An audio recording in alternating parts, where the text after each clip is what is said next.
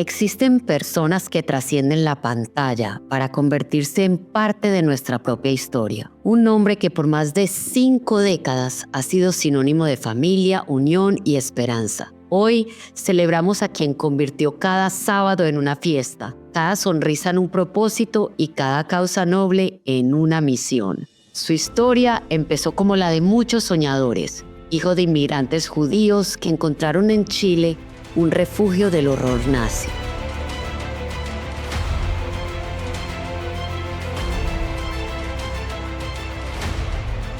Pero fue en 1959, durante un viaje a Nueva York, cuando descubrió su verdadera pasión. La televisión no sería solo un medio, se convertiría en su forma de transformar el mundo, de unir familias y de crear momentos inolvidables. Lo que empezó como un sueño en Chile se convirtió en una tradición que traspasó fronteras. Sábado Gigante no fue solo un programa, fue el punto de encuentro de generaciones enteras en 43 países. Durante 53 años consecutivos, cada fin de semana fue una celebración donde las risas, los sueños y las historias de personas comunes se convertían en extraordinarias. Desde presidentes hasta vendedores ambulantes, todos tenían un espacio en su escenario. Su impacto va más allá del entretenimiento. Es el testimonio vivo de que la perseverancia y la pasión pueden cambiar vidas. Con una creatividad inagotable, cada proyecto nuevo se convierte en un puente entre generaciones. Nuestro programa se expande de costa a costa en Estados Unidos y luego a diversos países del continente. Su capacidad de reinventarse lo mantiene relevante, inspirándonos tanto a quienes crecimos viéndolo como a quienes apenas lo están descubriendo. Pero quizás su legado más importante cumple ya 46 años, la Teletón, un movimiento que transformó la solidaridad en acción, expandiéndose a 12 países y demostrando que cuando nos unimos, los milagros suceden. Miles de familias han encontrado esperanza y apoyo gracias a esta iniciativa que comenzó con un sueño y se convirtió en una revolución de amor. Veamos el caso de Sebastián de Mangel, quien a sus 17 años enfrentó un accidente que amenazaba con limitar sus movimientos. En 2004, la Teletón no solo le devolvió la capacidad de caminar, sino que se convirtió en un símbolo de superación. Sus primeros pasos en el escenario nos recordaron que los límites solo existen en nuestra mente y que la solidaridad tiene el poder de transformar vidas. ¿Cómo te sentís con ese aplauso? ¿Qué sentís?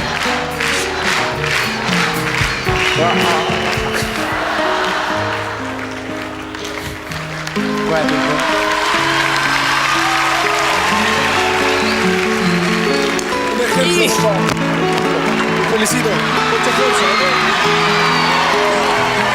¡Ídolo! ¡Ídolo! ¡Ídolo! ¡Ídolo! ¡Ídolo! Momentito.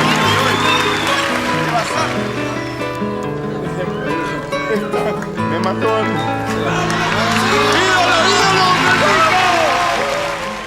Un récord Guinness por el programa más longevo de la televisión. Una estrella en el Paseo de la Fama de Hollywood. Un podcast que inspira a nuevas generaciones y cientos de reconocimientos son solo el reflejo de una vida dedicada a servir. Nos enseñas con tu ejemplo diario e incansable que la disciplina es el puente entre los sueños y la realidad, que la autenticidad es el verdadero secreto del éxito y que nunca es tarde para reinventarse. Hoy, mientras conquistas el mundo digital y sigues creando contenido que une generaciones, celebramos no solo tu trayectoria, sino tu capacidad de evolución constante. Tu historia nos recuerda que no existen fronteras cuando se trata de conectar corazones. Mario Kreuzberger, Don Francisco, eres más que una leyenda de la televisión. Eres el ejemplo viviente de que los sueños gigantes se construyen con trabajo incansable y un corazón dispuesto a servir. Para mí ha sido un regalo hacer este programa. Para mí ha sido un placer también ha sido esfuerzo.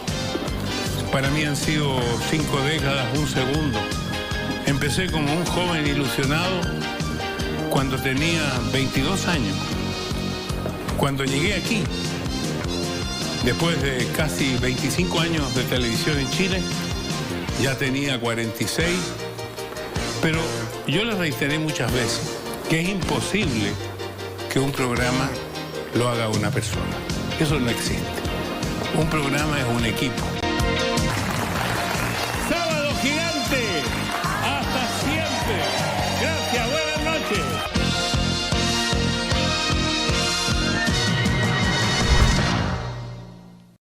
...53 años en la televisión, no sé cuántos años de vida profesional. ¿Cómo has hecho para reinventarte? Porque te han tocado tantos cambios. Bueno, yo creo que hay que reinventarse todos los días porque el mundo se reinventa. En realidad lo dejé, este aparato con que tú hablaste ahí, este aparato cambió el mundo. Sí. Totalmente, porque este ya no es un aparato telefónico, sino que logró ser un computador que uno llevaba en el bolsillo. Sí. Y eso ha cambiado absolutamente todo. Yo acá tengo mis notas y mis preguntas, por ejemplo. La gente, además, están todos en una mesa y en vez de conversar, cada uno está mirando su teléfono, sí, que finalmente no es un teléfono, como digo, es un computador. Entonces la vida está cambiando porque hemos pasado a una nueva etapa, que es la época digital, y entonces uno tiene que siempre reinventarse. No solamente en esta época, en todas las épocas. Cuando yo comencé en la televisión, en blanco y negro. Wow. La vi por primera vez en Nueva York, que estaba comenzando ya el color en Nueva York en ese entonces, en 1959. Y yo comencé en la televisión en Chile en 1962. Por lo tanto, en este momento como comunicador llevo 62 años. Sí. De los 84 que voy a cumplir ahora en unos pocos días. El 28 de diciembre, cumplimos años el mismo día. Exactamente. Sí. Todas las personas que están aquí hoy son emprendedores, dueños de negocios, y como emprendedores hay momentos en que tenemos que enfrentar momentos difíciles. ¿Cuál ha sido de pronto una de las decisiones más difíciles de tu carrera y cómo hiciste para tomarla? Todo fue difícil y por eso que cuando hice este decálogo del éxito, que lo escribí en un libro que se llamaba Entre la espada y la TV por allá por el 2001, pero que después durante la pandemia me di cuenta que yo tenía los 10 puntos, pero no los había desarrollado. Entonces los desarrollé en un podcast, porque ya no estaba en la televisión tradicional, sino que estaba en las redes, y ahí desarrollé cada uno de los puntos. Pero hace muy pocos días estuve en una feria de emprendedores en Santiago de Chile, porque terminada la Teletón me quedé unos días más, y creo que el día 14 o 13 de noviembre me tocó dar una charla a los emprendedores, porque hoy día este mundo de emprendedores es un mundo que está creciendo mucho porque se están buscando las oportunidades, porque como todo está cambiando, es muy difícil quedarse. Antes era muy orgulloso para alguien decir, yo trabajo hace 40 años en tal empresa. Sí. Hoy día eso no es tan orgulloso. Sí. Pero yo puedo decir con orgullo que yo sigo trabajando hace 62 años en el Canal 13 de Chile. Qué belleza. O sea, comencé ahí, sí, y hasta este momento estoy aquí. Mi señora me acompaña hoy día y hace creo que mañana o pasado, se va un cargamento de 1,5 toneladas de reconocimientos y de recuerdos que tenemos de estos 62 años, porque hemos entregado este pequeño museo que construyó mi señora al mismo lugar donde empecé, a la Universidad Católica de Chile. ¡Ay, qué bonito! Así que ahí se va a inaugurar el museo en el mes de marzo. Sí. Pero esto que me estabas hablando del mundo de los emprendedores es bien interesante porque me he dado cuenta que es una actividad en crecimiento mundial. Sí.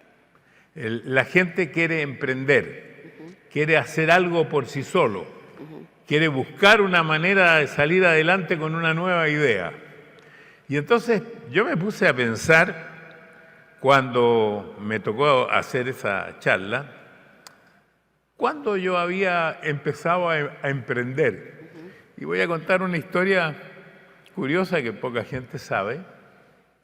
Mi papá, que era un sobreviviente de un campo de concentración y que tuvo a su familia en Chile, donde se reunió con mi madre, ambos eran alemanes, judíos alemanes, Yo nací en Chile y en ese entonces había una publicidad muy antigua que llamaban los hombres sándwich, que era un tipo que llevaba un cartel adelante, un cartel atrás y gritaba algo que vendía. Y me acuerdo, yo tendría unos 4 años, decía, bajó la carne, y tenía un letrero ahí con el precio de la carne, Sí. al mismo tiempo que repartía unos volantes. Sí.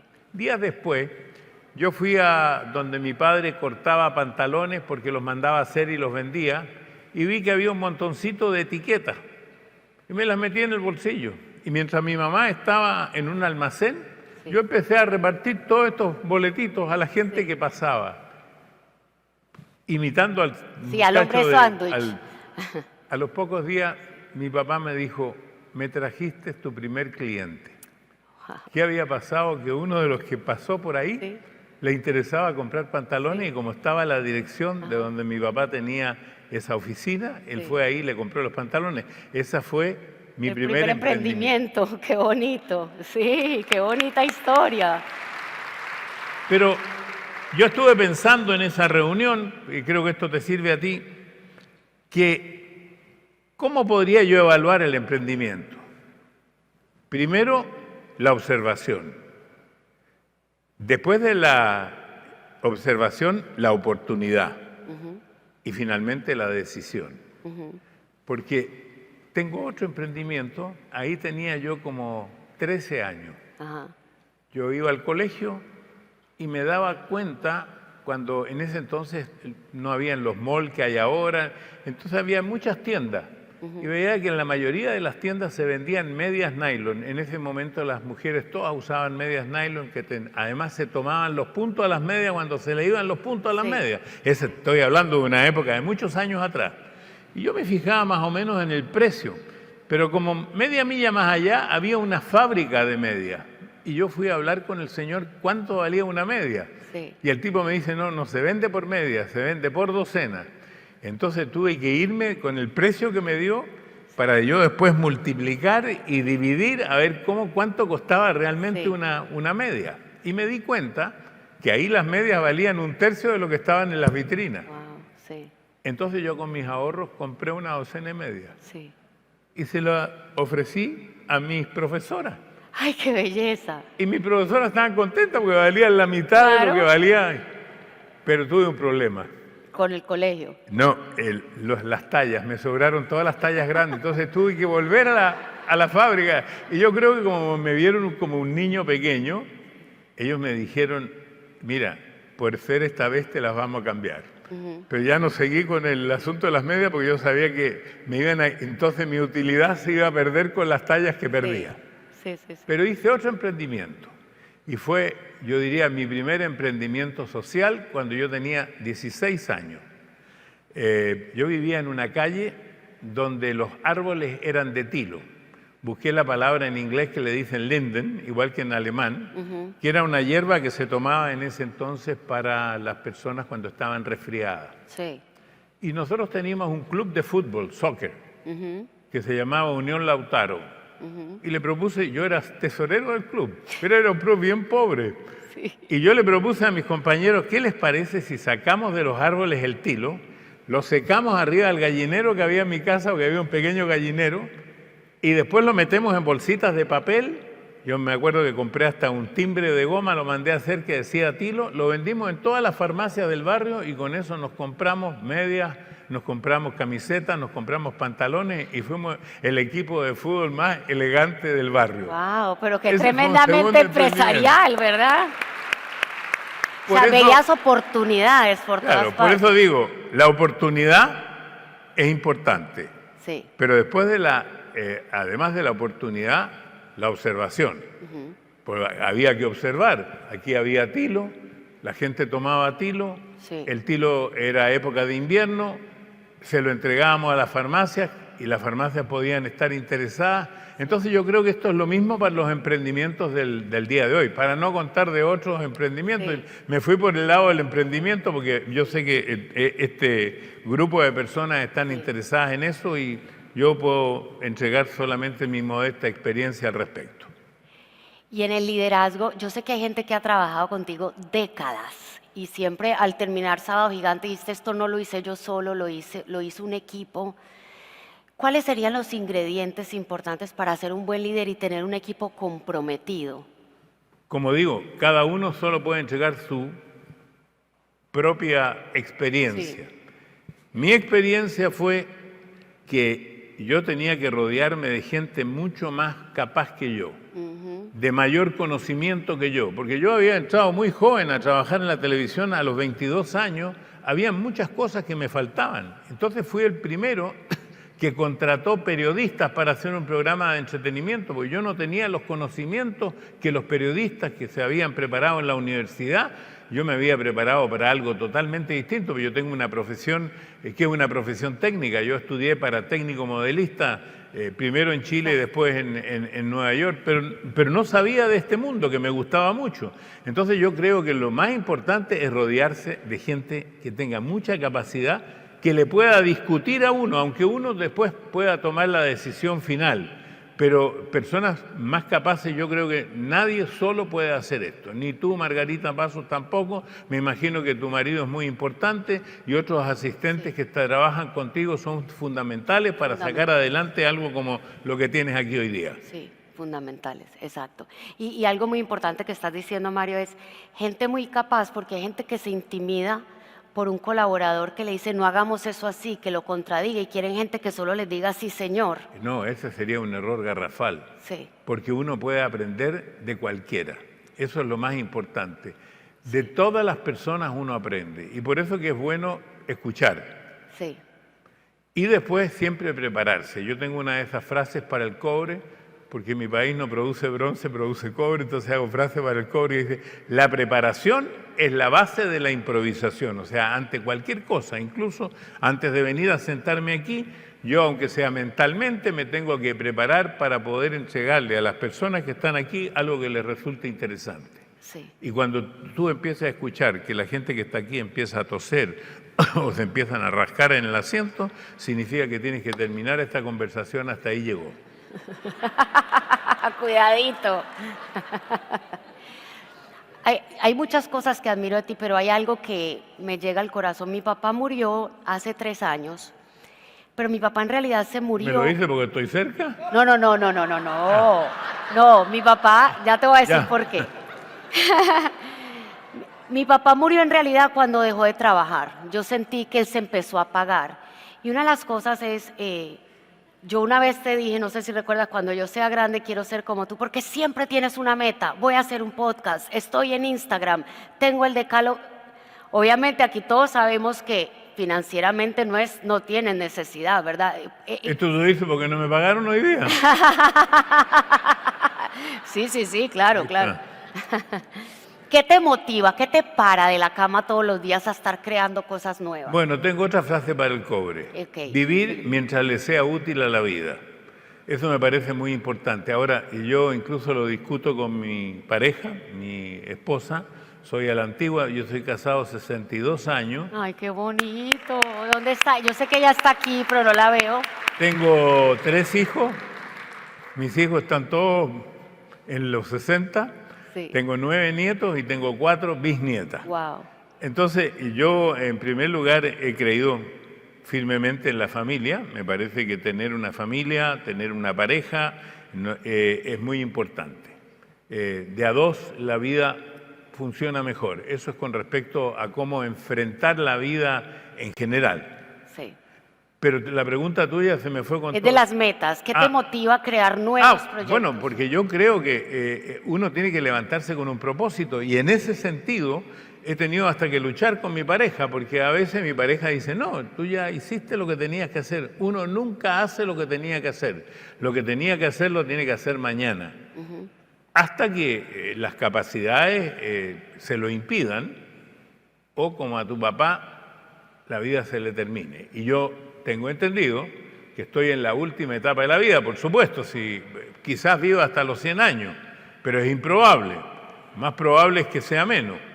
Pero lo más importante es que nos vayamos contentos cada día. Ahora, debo decirte al mismo tiempo, y debe haberle pasado a tu papá también, que la última etapa de la vida es bastante difícil, tan difícil como es la primera. Porque la primera es muy difícil porque hay que salir adelante. La diferencia es que cuando tienes que salir adelante estás con toda la garra, con todas las fuerzas, con todos los deseos, y cuando la vida te va dejando, tú tienes que ir frenándole a la vida. Ajá. Tienes que ir ayudándole a la vida, Sí. ¿verdad? Entonces es diferente y tienes que ir dejando de hacer ciertas cosas y dejando ciertas cosas que te gustaban mucho, Sí. y las tienes que ir equilibrando con otras para poder vivir un buen día, cada día. Claro, qué bonito. Es que dice la ciencia que el ser humano sin metas se muere, se deprime o se autodestruye. Por eso yo te veo, yo digo, don Francisco está como un roble, ¿verdad? A sus 83 años, como un roble. Por fuera. Sí. Y de la cintura para arriba. Y de la mente intacto. Sí, aplaudámosle, claro. Pero crees que De tiene la que cintura ver para abajo como un sauce. como un sauce y como un roble de la cintura para Un sauce llorón. Pero crees que esa mente tan sharp, tan clara todavía, no es que estés viejo, pero sino que hay gente que se le va la mente más rápido, tiene que ver con que siempre tienes un propósito, tienes algo que darle a la vida. Yo creo mucho en esa canción que dice, yo quiero vivir mientras esté vivo. Es una canción de Bon Jovi. I wanna live while I'm alive. ¿Verdad? ¿Crees que eso tiene que ver con que tú estés mentalmente tan claro todavía? Bueno, mira, y sobre eso tengo temores porque mi padre, más o menos a esta edad, fue perdiendo su mente y él vivió hasta los 96 años. En esto uno no puede garantizar nada, uno sí tiene que ayudarle a la vida, Sí. como tiene que ayudarle en todas las etapas, en estas etapas donde el emprendimiento es lo que las personas que están aquí quieren hacer, tienen que ayudarle al emprendimiento, porque hay una palabra que la tiene que sacar del calendario, la suerte. Sí. Porque van a decir mucho, es que yo he tenido muy mala suerte. Y eso no existe. La mala suerte no existe. El problema es que la suerte está en todas partes, pero la suerte no viene a uno. Uno tiene que buscar la suerte. Ahora, si durante toda la vida uno buscó la suerte y no la encontró, solo sus deudos pueden decir, tuvo mala suerte. Sí, sí. ¿Y qué hiciste tú, el Mario Kreuzberger joven que se convirtió en el ícono de la televisión latinoamericana? ¿Tanto lo hace así porque tengo la cabeza muy grande? ¿o No, porque es tan grande la carrera que has tenido qué? Ya. que algo tenía ese muchacho que hoy ves, ¿verdad?, atrás, que pudieras darnos aquí todos de ese decálogo del éxito, como cuáles serían esas 3 características tuyas que crees que te han llevado a lograr tantas cosas que te has La propuesto. primera es la perseverancia, siempre lo dije, y al final todas las otras metas tienen que ver con la perseverancia, Sí. porque el tener metas a corto y largo plazo tiene que ver con la perseverancia. Y dentro de eso hay cosas importantes, escuchar, por ejemplo, los consejos de los demás. Es difícil a veces, uno cree que lo sabe todo. No, uno tiene que ser modesto, tiene que escuchar también consejos, tiene que escuchar crítica. Es lo más duro todavía. ¿Cómo me van a criticar a mí si yo soy tan inteligente? Pero todos estos puntos tienen que ver uno con el otro para poder salir adelante en la vida en general. No tiene que ver solamente con el éxito, tiene que ver con levantarse cada día con un propósito y con una meta. Hay que tener metas diarias, hay que tener metas semanales, hay que tener metas anuales, hay que tener, bueno, ya a esta altura del partido no puedo tener metas muy allá, tengo que ponerme las metas más cortitas. Bueno, la medicina está avanzando bastante. Eso sí. A lo mejor llegamos a los 150. No, ya ya está claro que no, pero cuando yo nací, Sí. el término medio de vida era 57 años Wow. y hoy día es 82, yo estoy Sí. pasado en 2 años. Sí. Pero es así, porque el término medio es que hay unos que van más allá y unos más acá. Sí. ¿Y siempre fuiste una persona de trazarte metas, de escribir esto es lo que quiero, esto es lo que voy a lograr, esto es lo que voy a perseguir? Me ponía así, yo me hacía una listita a veces para el año nuevo, a veces mentalmente, a veces me la anotaba, Sí. porque era lo que yo quería lograr durante ese año. Y muchas veces esas metas no se logran, pero ahí no hay que deprimirse, porque uno se cae muchas veces, tiene muchas derrotas y tiene que volver a pararse. A veces las derrotas son personales que afectan lo profesional también. Y no me imagino uno estar en Sábado Gigante, que eras la alegría de los latinos, y hubo días que llegaste y tenías una derrota emocional. Tú me has dicho que Mario y Don Francisco son dos personas muy distintas, que tus amigos te decían el triste incluso, Tristón. a Mario. Y que la gente pensaba que tú llegabas donde tu señor, a ver, buenos días, ¿cómo se le...? Ese Pero- es Don Francisco, ese no es Mario. Imagínate yo viviendo con mi esposa y decir, hola, ¿cómo te va? Buenos días, ¿cómo despertaste? ¿Te paras o te sientas? Dice, ¿qué? Un aplauso para ti. No podía ser. Sería una locura, ¿verdad? Sí, Entonces uno, al contrario, yo creo que uno personalmente se reserva mucho más para poder explotar en el momento. Por ejemplo, estamos conversando aquí sí, y yo estoy conversando contigo en mi casa. No guarda ninguna relación.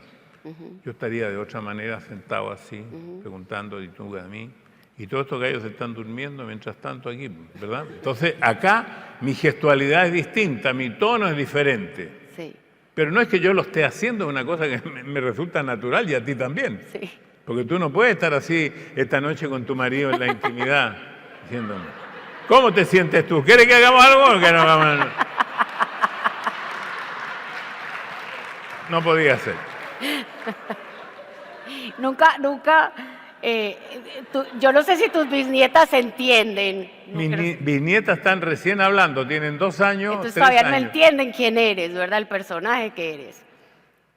Y esa diferencia, o tus nietos, digamos, esa diferencia entre Mario y Don Francisco, Bueno, yo nunca le he preguntado eso a mis es nietos. una interesante pregunta. Mañana les pregunto, Mañana.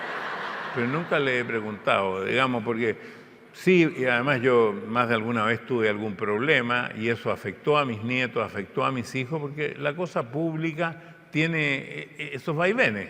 Lamentablemente es así. Sí, sí. Para terminar, quiero entender tu mente. La persona con la que más hablamos es con nosotros mismos, ¿verdad? Sí. Margarita habla con Margarita, Mario habla con Mario todo el día. ¿Cómo Mira, tiende a ser tu diálogo interno? una persona que trabaja contigo Sí, me hizo esta entrevista recién y me hizo la misma pregunta porque me imagino que es algo que tiene que ver con tu campaña. sí, Y yo le dije, mira, te puedo contestar solo en base a mi propia experiencia. claro. Y entonces lo que yo puedo decir es que yo soy buen amigo mío, Lindo. que yo converso mucho conmigo. Pero no es que yo no me preparo para conversar positiva o negativamente conmigo. Yo me preparo para conversar siempre conmigo, en cualquier instante, en cualquier momento en que yo estoy solo conmigo, yo estoy conversando conmigo y estoy analizando cada una de las cosas que me han pasado, que estoy viviendo, que voy a vivir, lo que voy a hacer.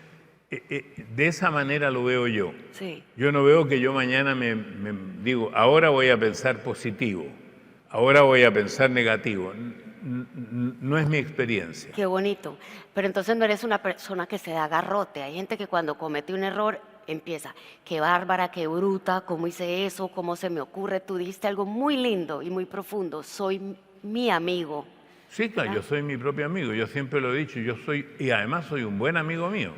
Es un buen amigo mío, eso me Y parece tengo pocos hermoso. amigos porque he tenido poco tiempo. Entonces ahora los pocos que tenía se me están muriendo, o sea, ya no me quedan casi amigos. No sé, es verdad. Aquí tienes un montón de amigos. Como Roberto Carlos, ¿no? Sí, 1 millón de amigos. 1 millón de amigos, pero así a la distancia. Sí. Mario, muchas gracias por esas palabras de sabiduría. Yo sé que te ha sobrado gente que te agradezca, pero para mí estar aquí al lado es un honor, un sueño, y yo sé que te vamos a tener por muchos años más. Bueno, Seguir por el aprendiendo tiempo de que ti. sea, Sí. quizás uno también en esta etapa de la vida, primero quiere dejar un muy buen recuerdo en su familia Sí, y después, no importa la actividad que sea, quiere dejar un buen recuerdo en los demás. Sea un empresario, un jardinero, un soldado, un policía, un deportista. Al final de la vida uno quiere dejar el mejor recuerdo. Y ese recuerdo está relacionado con toda la vida, por lo tanto hay que cuidar cada etapa de la vida para que ese recuerdo al final pueda ser bueno. qué bonito. Y así te vamos a recordar. Muchas siempre. gracias. Muchas gracias, Mario. Kreuzberger, Don Francisco, mi gente. Muchas gracias.